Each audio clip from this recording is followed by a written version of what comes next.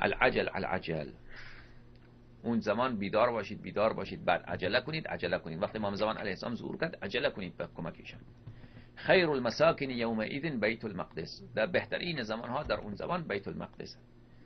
ببینید آنچه که در احادیث و روایات آمده که آمنترین محلات، آمنترین تمام جهات در آخر الزمان یکی قم و یکی نواحی کوفه، یعنی نجف اشرف و نواحیان، اینا آمنترین و بهترین جا هست. و در روایت اینا آمده که مثلا لشکر سفیانی وارد نجف و قم و اینجا، عفوا قم نه، نجف و کوفه می شود.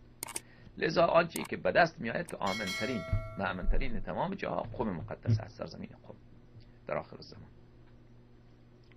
حالا اینجا بیت المقدس گفته، شاید منظور قم باشد، شاید منظور کوفه باشد، یا شاید این حدیث مثلا تصحیف شده، چون در احادیث خیلی زیاد قم، فضیلت قم ذکره دیگر. الله اعلم. ولیأتین زمان یتمنى احدهم انه من سکانه، یک زمانی میآید که مردم تمنا میکنند که او از سکان بیت المقدس باشد. شاید همون منظور نجف اشرف باشه، کوفه باشه.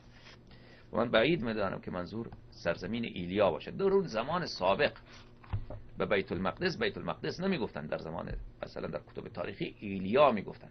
شما مثلا تاریخ تبری مراجعه بکنید، فتح ایلیا، سرزمین فلسطین، بیت المقدس، اون چیزی که غربیا به اون یروشلم میگن، اون در اونجا بله ایلیا از نامهای بیت المقدس.